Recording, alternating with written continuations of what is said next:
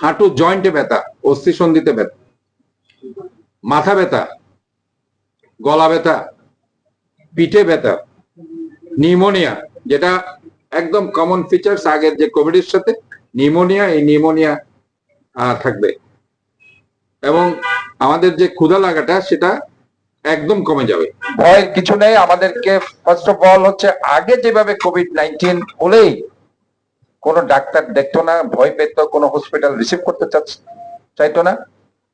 কালের পরিক্রমায় ইনশাল্লাহ আমাদের ডক্টররা অনেক বেশি মাত্রায় তারা এই ব্যাপারে অভিজ্ঞ হয়েছে এবং তারা ইনশাল্লাহ রোগীগুলোকে তারা রিসিভ করছে।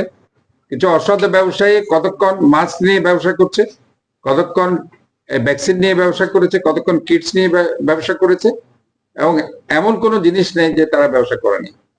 কাজে এটা এখানে ডিসি মহোদয়কে আমরা ইনভলভ করছি, তাদের সমস্ত ম্যাজিস্ট্রেসি পাওয়ার তারা ইনভলভ করবে।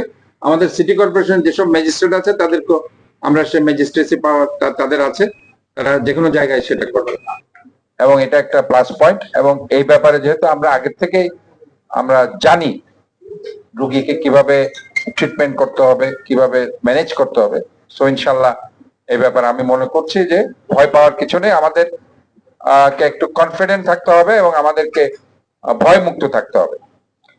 এবং আমি যেটা মনে করি সেটি হচ্ছে গতবারও আমরা যেভাবে ফেস করেছি ইনশাল্লাহ আমরা সবাই মিলে সেটা ফেস করব। এবং আমাদের একটু আগে আপনারা দেখেছেন আমি সরাসরি স্বাস্থ্য মন্ত্রণালয়ের পিএস সাহেবের সাথে কথা বলেছি এবং সেখানে স্বাস্থ্য পরিচালক চট্টগ্রাম বিভাগকে বলা হয়েছে যে কোনো জায়গা থেকে উপজেলা লেভেলে যে কোনো ডাক্তারকে এনে এখানে যাতে পোস্টিং দেওয়া হয়, যাতে এই ধরনের এই ডেডিকেটেড যে সেন্টারগুলো করা হয়েছে সেগুলো যাতে অয়েল ইকুইপ থাকে। সেটা শুধু ইকুইপমেন্ট দিয়ে নয়, প্রপার ডক্টর স্পেশালিস্ট দিয়ে যাতে এটা ফুল প্লেজেড থাকে। সো এই ব্যাপারে আমরা মনে করছি সেখানে আশা করছি সব ব্যাপার ইনশাল্লাহ আমরা প্রস্তুতি নিয়ে রেখেছি। এবং আমাদের চট্টগ্রাম সিটি কর্পোরেশনের পক্ষ থেকে আমরা একটা সার্ভিস সেন্টার আমরা খুলবো, যাতে করে সবসময় সেখানে টেলিফোন করলে তাতে করে আমরা তাদেরকে সার্বিকভাবে সহযোগিতা দিতে পারি।